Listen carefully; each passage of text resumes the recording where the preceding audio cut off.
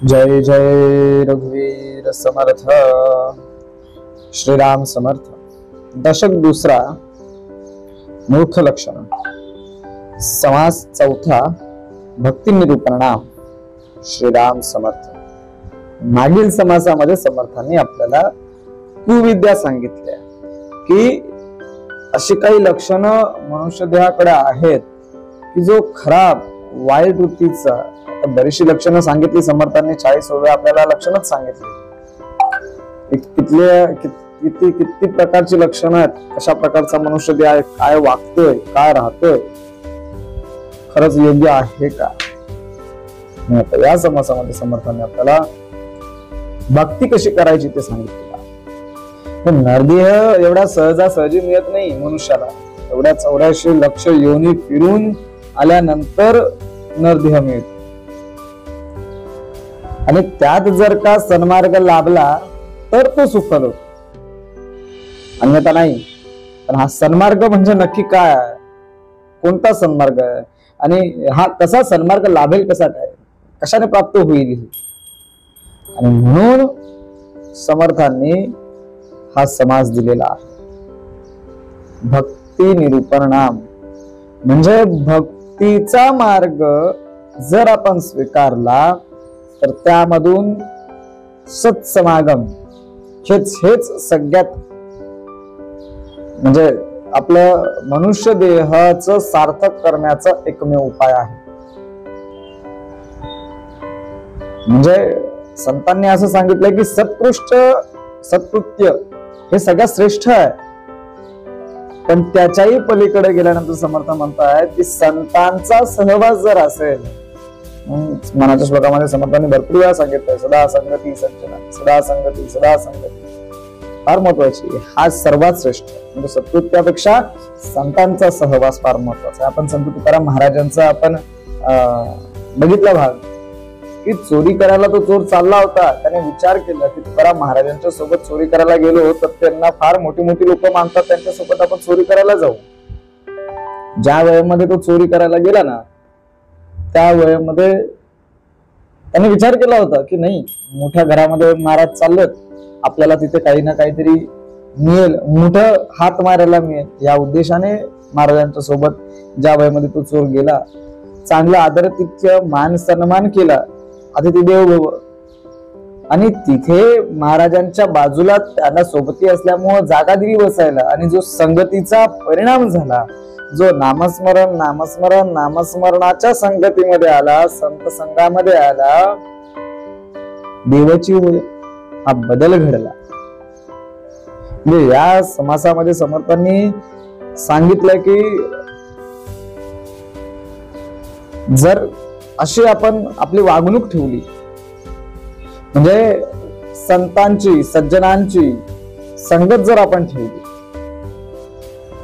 तर भक्ती मार्गावर आपण जे चाललोय, जी आपल्याला प्राप्ती पाहिजे ती सहज आणि सुलभ होते। आणि फास्ट ट्रॅकने आपण ज्याला म्हणतोय ना, फास्ट ट्रॅक म्हणजे संतांची संगत।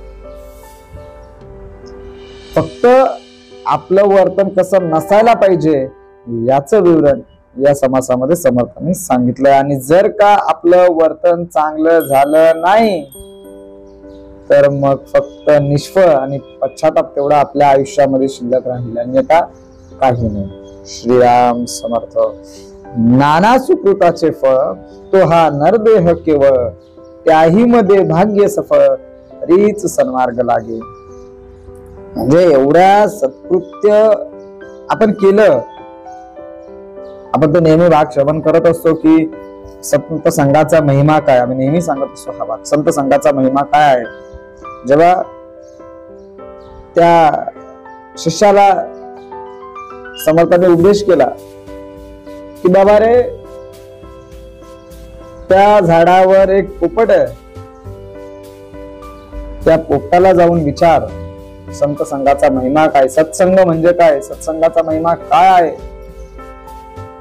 आज्ञा आहे, सद्गुरु आज्ञा आहे, गुरुच्या आज्ञेच्या पलीकडे जाता येत नाही। ज्या वेळेमध्ये त्या पोपटाला विचारलं की अरे माझ्या गुरुची आज्ञा आहे, उपदेश आहे, आदेश आहे, मला तुला सांगावं लागेल संत संघाचा महिमा काय, त्या क्षणी त्या पोपटाने आपला प्राण सोडून दिला। घाबरला. समर्थांना येऊन सांगतोय, भगवंता तुम्ही दिलेल्या आदेशाचं आज्ञेचं पालन केलं, परंतु त्या पोपटाने काहीच नाही सांगितलं, निरर्थक झालं. तो त्याने प्राण सोडलं, त्याग केलं त्याने प्राणाचं. काय करू? ना त्याला सांगितलं की अरे बालका तुला शोधायचंय, जा त्या सरड्याला जाऊन विचार संत संघाचा महिमा काय आहे. आज्ञेप्रमाणे त्या सरड्याला जाऊन विचारलं, अरे माझ्या गुरूंचा आदेश, गुरूंची आज्ञा आहे, मला उपदेश आहे, संत संघाचा महिमा काय आहे मला कळायचं, माझा प्रश्न आहे, काय संत संघाचा महिमा. त्या क्षणी तो मरण पावला. पुन्हा भीती निर्माण झाली, अरे पोपटाच्या कानामध्ये सांगितलं पोपट मरण पावला, सरडा मरण पावला, काय धावत आला, भगवंता समर्था हा काय प्रकार आहे, का वा. अरे काही नाही, संत संघाचा महिमा करून घ्यायचा आहे ना. बऱ्याच वर्षानंतर त्या राजाला मुलगा जन्माला, त्या राजाच्या राजवाड्यामध्ये मुलगा जन्माला आलेला आहे, त्याला बाळ झालेला आहे, त्याला जाऊन विचार संत संघाचा महिमा काय, तुला नक्कीच तिथनं कळेल. आता पोपटाला विचारलं, पोपटाने प्राण सोडलं. सरड्याला विचारलं, सरडा मेला. बरं एवढ्या वर्षानंतर त्या राजवाड्यामध्ये, त्या राजाच्या घरामध्ये एवढं सुख आलेलं आहे, संतती प्राप्त झालेली आहे, आनंदाचा दिवस आहे, आणि तिथे जाऊन जर मी त्याच्या कानामध्ये जर का सांगितलं, तो जर का मरण पावला, मला सुळावर चढवल्याशिवाय राहणार नाही. परंतु एक आज्ञा होती, आज्ञाधारक होता, आज्ञेचं पालन केलं, त्या राजदरबारी केला, मोठा उत्सव चालू होता. उत्सव चालू असताना सुद्धा सद्गुरु आज्ञा, फक्त आज्ञेप्रमाण, मला माहिती नाही होणार ते होई नका, जाणार ते जाई नका, आशंका मी कुठल्याही मनामध्ये ठेवणार नाही. म्हणून त्या बालकाच्या कानामध्ये जाऊन फक्त 2 शब्द सांगितले, संत संघाचा महिमा काय आहे. त्या क्षणी ते अवघ 9 जन्म झालेलं ते बालक बोलायला लागलं की बाबा रे तुला खरंच ओळख नाही आली. जेव्हा त्या पोपटाच्या कानामध्ये तू संत संघाचा महिमा विचारला ना, त्या क्षणी माझी योनी तुटली, माझा देह त्याग झाला, प्राण तिथून निघाला. का तर ते शब्द माझ्या कानावर पडले आणि ती माझी योनी तुटली. पुन्हा माझा जन्म त्या सरड्यामध्ये झाला, तू सरड्याकडे आला. अवघ्या काही तासांमध्ये माझ्या सरड्यातून प्राण निघून गेला, तीही योनी तुटली. ती फक्त संत संघाचा महिमा ऐकण्याची उत्कंठा तुझ्याकडे आली, ती एक इच्छा प्राप्त झाली. का तर ती फक्त एक संत संघाची, एक संतांची संगत तुमच्याकडे होती, आणि म्हणून माझा एवढ्या वर्षानंतर या राजवाड्यामध्ये जन्म व्हायचा होता, पण योनी तुटत नव्हती. हा आहे संत संघाचा महिमा. धावत आला, सद्गुरूंना पाया नतमस्तक झाला. मग सांगायला लागला, समर्था आता मला कळलं संत संघाचा महिमा काय आहे. म्हणजे एवढं सगळं करून नाना सुकृतांचे फळ तो हा नरदेह, एवढं सगळं करावं लागतं तेव्हा हा नरदेह प्राप्त होतो. त्याही मध्ये भाग्य सफळ तरीच सन्मार्ग लाभे. म्हणजे आता मानवी देह मिळालाय, पण त्याच्यामध्ये मला सद्भक्ती करावी लागेल, भक्ती करावी लागेल, नबीला भक्ती करावी लागेल, पुण्यकर्म करावे लागतील, पाप कर्म सोडून द्यावे लागतील, तरच फायद्याचं आहे, अन्यथा नाही. म्हणजे त्याच्यासाठी सुद्धा भाग्य लागतं ना, ते सहजतेने होत नाही. नरदेही विशेष ब्राह्मण, त्याही वरी संध्या स्नान, सद्वासना, सद्भजन, भगवत भजन, हे पूर्व पुण्य. हे सगळं कशामुळे घडतंय?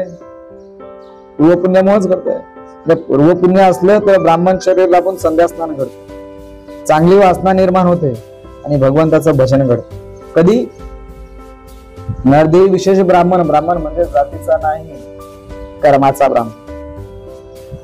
संध्या स्नान त्याच वेळेत होते आणि त्याच वेळेत वासना निर्वासना होते, सद्वासना होते, आणि भगवत भक्ती कशी करायची याचं ज्ञान प्राप्त. अन्यथा आमच्या सकाळी उठल्या आणि रात्री झोपताना काय असतं?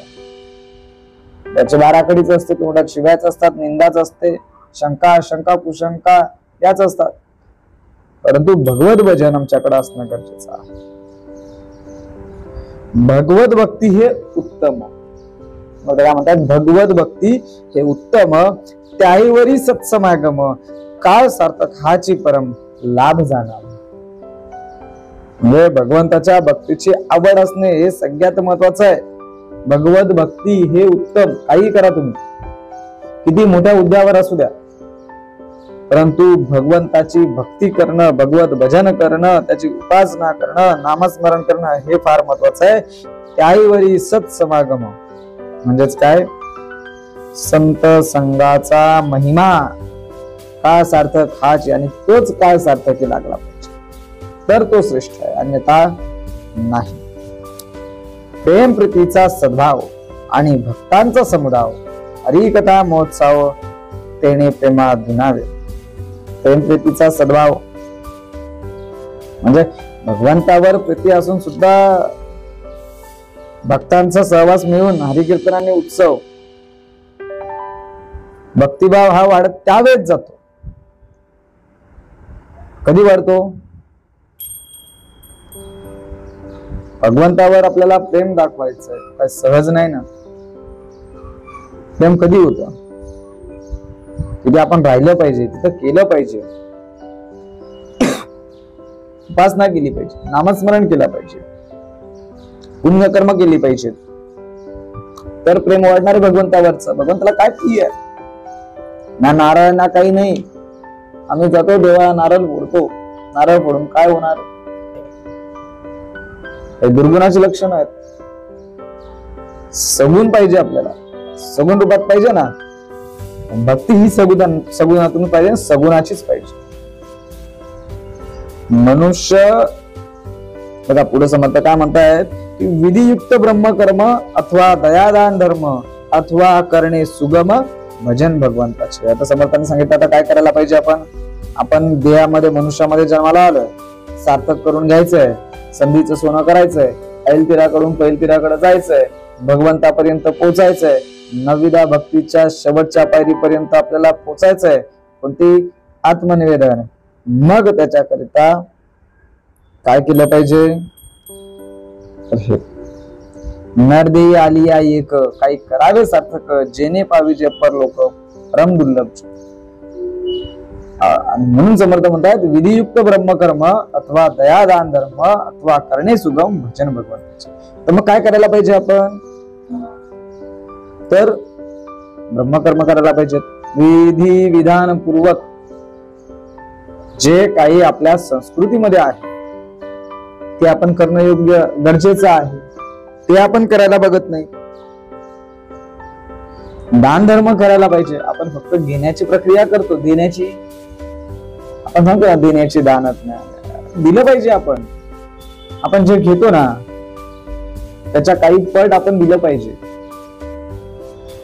दया दाखवली पाहिजे, माफ केलं पाहिजे आपण. अथवा करणे सुगम भजन भगवंताचे. हे जर आपल्याला दान धर्म करता येत नसेल, दया दाखवता येत नसेल, काही विधियुक्त कर्म करता येत नसतील, साधं सरळ समर्थाने सांगितलंय अथवा नाही काही जमत, भगवंताचं भजन करत जा, नामस्मरण करत जा, चिंतन करत जा, निरूपण करत जा, कीर्तन करत जा, श्रवण करत जा. सोपं. अनुतापे करावा त्याग अथवा करणे भक्ती योग, नाही तरी धरणे संग साधू जनाचा. आता समर्थाने तर पुढे काय सांगितलंय बघा. म्हणजे समर्थाने सांगितलं हे कर, हे कर, हे कर, हे पण नाही जमत मग हे कर. किती प्रेमाने सांगतात बघा. पश्चाताप होत असला तर आपल्याकडे जे काही चुकीच्या गोष्टी आहेत, अनुतापे करावा त्याग. अनुताप म्हणजे काय, पश्चाताप केला पाहिजे आपण. अथवा करणे भक्ती योग, भक्ती योग करा. आणि ते पण जर नाही जमत, नाहीतरी धरणे संघ साधू जनाचा. संतांचा महिमा, संत संघ, सत्संग, सत्संगाचा महिमा काय आपण मगाशी बघितला तो बा. हे नाही जमलं तर ते तर कमीत कमी करायला पाहिजे आपण. केलं पाहिजे.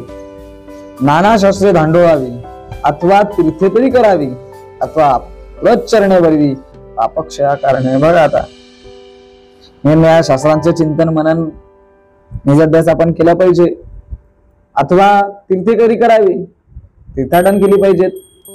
जिथे जिथे भगवंताने वास्तव्य केलेलं आहे त्या प्रत्येक तीर्थ क्षणी आपण तीर्थाच्या क्षेत्री आपण गेलं पाहिजे, स्मरण केलं पाहिजे, अथवा पुरश्चरणे भरवी. शक्ती द्रव्यबळ असेल तर आपण तिथे जाऊन पुरश्चरण केलं पाहिजेत. त्याचमुळे आपल्या पापाचं क्षयन होत नाही, अन्यथा होत नाही. जिथं आपल्याला काहीच नाही तिथं आपण दान धर्म करून ऐच्छिक पद्धतीने प्रकारे करता येतं ना. नाही आपल्याला करत, परंतु आपली प्रेम प्रीती भाव तिथे निर्माण केला, व्यक्त केला असा नाही तर अशा प्रकारे आपण करू शकतो. तेही समर्थांनी सांगितलं. अथवा की जे परोपकार अथवा ज्ञानाचा विचार निरूपणी सारासार विवेक करणे. हे पण नाही जमलं तर यथाशक्ती परोपकार तरी आपण केले पाहिजे, नाहीतर आपल्याला उपकार लवकर दिसतात. 1 रुपयाची मदत केल्यानंतर 1000 रुपयांची मदत दाखवली जाते, हे परोपकार नाहीये. ज्ञान मार्ग आपण स्वीकारला पाहिजे, अन्यथा आपण निरूपणी सारासार विवेक करणे, म्हणजे कमीत कमी आपण निरूपण श्रवण केलं पाहिजे, ते समजून घेतलं पाहिजे. सार काय असार काय त्याचा आपण प्रचार प्रसार तर केला पाहिजे कमीत कमी. हे नाही जमलं तर पाहावी वेदांची आज्ञा कर्मकांड उपासना जेणे होई जे ज्ञाना अधिकार पात्र.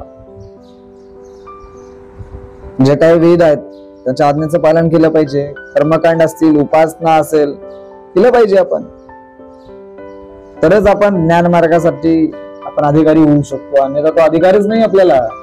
आपण कर्म करत नाहीत, आपण उपासना करत नाही, आपण वेदांची आज्ञा पालन करत नाहीत, आणि आपण सांगतो मला अधिकार पाहिजे. मी झाड लावलंच नाही आणि ते म्हणतोय मला त्याची फळ पाहिजे. चव काय आहे कळणार का आपल्याला? त्यासाठी पहिले झाड लावलं पाहिजे ना. म्हणजे मी अधिकार प्राप्त होण्याकरिता माझे कर्मकांड उपासना त्या वेदांची आज्ञेचे पालन करणं गरजेचं. काया वाचा आणि म्हणे पत्रे पुष्पे फळे जीवने. काहीतरी एका भजने सार्थक करावे, काहीतरी करणं गरजेचं. असं सहज नाही ना, जन्माला आलोयच आपण, काहीतरी फलप्राप्ती करून घेतलं पाहिजे. नाहीतर फक्त आपण जन्माला आला आणि वाहतच गेला असं नको व्हायला ना. बरोबर की नाही? म्हणजे काहीतरी मनुष्य देहामध्ये आपण जर जन्माला आलोय तर सार्थक लावण्याकरता आपण सहज नाही ना ते सार्थक लागणार. जन्मा आलियाचे फळ काही करावे सफळ ऐसे न करिता निर्फळ भूमिभार होय. म्हणजे नुसता या पृथ्वीला भार होईल असं पण काही करता का म्हणे. आपले चित्त आणि संपत्ती देवाच्या कारणी लावून यथाशक्ती आत्महित आपण साधने हेच नर्दियात खरं म्हणजे योग्य आहे. काय चित्त आणि आपली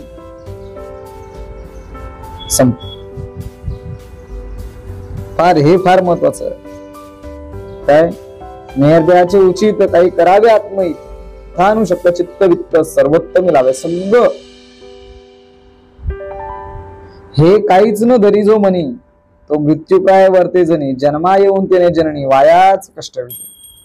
भयंकर. आता जर स्पष्ट सांगितलं हे जर का आपण काहीच करेल नसेल ना, हे काहीच न धरी जो मनी, काहीच नाही आपण असं सत्कर्माचा या प्रचार प्रसाराचा विचारच करत नसेल, तो मृत्यू काय वर्ते जनी जन्मा येऊन तेने जननी वायाच कष्ट.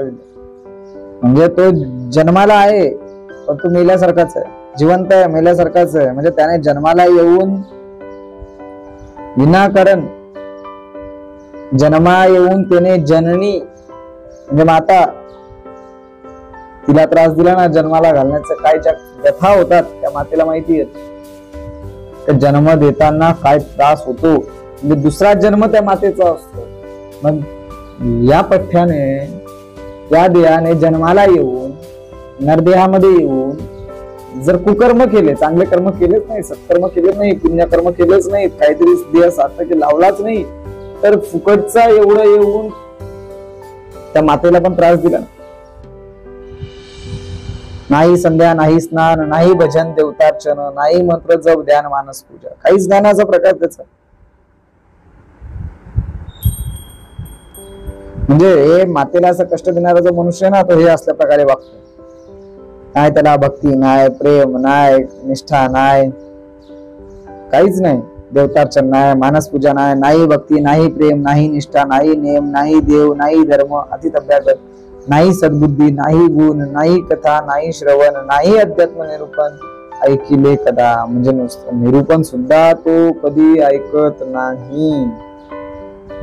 त्याला वाटतच नाही कीर्तन, प्रवचन, भजन, उपासना, श्रवण याचा प्रकारच नाही त्याच्याकडे. नाही भल्यांची संगती, नाही शुद्ध चित्तवृत्ती, नाही कैवल्याची प्राप्ती मिथ्यामध्ये. म्हणजे त्याला सज्जनांची संगतच नाही, मैत्रीच नाहीये. नाही शुद्ध चित्तवृत्ती म्हणजे नुसतं दुसऱ्याबद्दलची शंकाच. कोण बोलत असला, कोण गेला तरी अरे त्याने असं केलं, तसं केलं, तो असा तसं, म्हणजे काहीतरी त्याच्या मनामध्ये काहीतरी भलतच चालणार. नाही कैवल्याची प्राप्ती मिथ्यामध्ये. खोटं आहे. कशी प्राप्ती होईल? काहीच नाही होणार ना. खोटेपणाचा आव आहे त्याच्याकडे, गर्व आहे खोटेपणाचा. खोटेपणाचा गर्व. म्हणजे काही मनुष्य असे पण असतात, खोटेपणाचा गर्व असतो. नाही नीती, नाही न्याय, नाही पुण्याचा उपाय, नाही परत्रीची सोय, युक्तायुक्त क्रिया. म्हणजे त्याला न्याय आणि तिची चाड काहीच नाही. न्यायाचा नाही, विचार नाही, काय नाही, पुण्य मार्ग नाही. मात्र जेव्हा तो कर्म करतो ना, तेव्हा त्याला कधी परलोकीची पर्वाच नसते की माझी कर्म ही खरंच सत्कर्म आहेत का की चुकीची कर्म आहेत याचा विचारच नाही करत. काय करायचं ते करायचं, हा प्रकार त्याचा चालतो. नाही विद्या, नाही वैभव, नाही चातुर्याचा भाव, नाही का, नाही लागव रम्य सरस्वतीचे. ते पण काहीच नाही. म्हणजे त्याच्याकडं ना विद्या ना वैभव, कुठल्या प्रकारचं चातुर्य नाही की कुठे काय बोललं पाहिजे, कुठे काय केलं पाहिजे, कुठे थांबलं पाहिजे, कुठे चाललं पाहिजे, याचा काही अभ्यासच नाही. विचारच नाही ना त्या गोष्टींचा. कुठली कला नाहीये त्याच्याकडं, शब्द नाहीये त्याच्याकडं, काहीतरी भलतेच शब्द. शांती नाही, क्षमा नाही, दीक्षा नाही, मित्र नाही, शुभाशुभ काहीच नाही, साधनाधिक तोही प्रकार नाही. म्हणजे पवित्रपणा, स्वधर्म, शुद्ध आचार, विचार, ऐक किंवा परलोकीचे वैभव, कोणत्याच गोष्टीचा तो विचार करत नाही. त्याच्या मनाला जसं येईल तसं वागण्याचा तो प्रयत्न करतो. म्हणजे सूची नाही, स्वधर्म नाही, आचार नाही, विचार नाही, अरत्र नाही ना परत्र, मुक्त क्रिया मनाची, अशा प्रकारचा आहे. दया नाही, दीक्षा नाही, काहीच नाही. कर्म नाही, उपासना नाही, ज्ञान नाही, वैराग्य नाही, योग नाही, धारिष्ठ नाही, काहीच नाही. कर्म, उपासना, ज्ञान, वैराग्य हे सरळ सरळ समर्थाने सांगितलं. या कुठल्या गोष्टीचा थांग पत्ताच नाही त्याला. म्हणजे आपण समजा शिवलेलं पण नसतं त्याने, शिवलेलं एवढा हा भयानक वृत्तीचा बनलेला असतो. उपरती नाही, त्याग नाही, समता नाही, लक्षण नाही, आदर नाही, प्रीती नाही परमेश्वराची, काहीच नाही ना. म्हणजे एवढा दुष्कर्माचा त्याला पश्चाताप पण होत नाही. त्याग करण्याचा त्याचा काही विचारच येत नाही. कुठली चांगल्या प्रकारची लक्षणं त्याच्याकडे नाहीये. समता नाही, लक्षण नाही, आदर नाही, प्रीती नाही, कुणाबद्दल त्याला आदर पण नाही, भीती नाही किंवा कोण काय बोलेल, काय होईल, याच्यामधून काय चुकीच्या गोष्टी घडतील का, हा विचारही नाही. पर गुणाचा संतोष नाही, परोपकारे सुख नाही, हरिभक्तीचा लेश नाही अंतर्यामी. म्हणजे दुसऱ्याच्या गुणांमध्ये याला आनंद होत नाही. म्हणजे एखाद्याने काही चांगलं केलं तरी त्याच्या पोटात दुखतंय. एखाद्याने गाडी आणली ना, याने 2 नंबरची आणली असेल, काहीतरी चुकीचं काम केलं असेल, म्हणजे विचार त्याच्या मनामध्ये असतात. परोपकारामध्ये कधी सुख वाटलं नाही आणि अंतर म्हणजे हरिभक्तीचा लेश सुद्धा नाही. ऐसे प्रकारीचे पाहता जन ते जितची प्रेता समान त्यासी न करावे भाषण पवित्र त्यांनी समर्थाने एकदम कणखर भाषेमध्ये सांगितलं की हे जे सांगितलं ना, या असल्या प्रकारचा जो व्यक्ती आहे ना, आणि मागच्या समासामध्ये दाखवलं कुविद्य लक्षण असलेला व्यक्ती, देह नरदेह, ते लोक जित असताची प्रेत समान, ते जितची प्रेत समान, म्हणजे जिवंत दिसत आहेत पण ते प्रेतच आहेत, अशी लोक आहेत.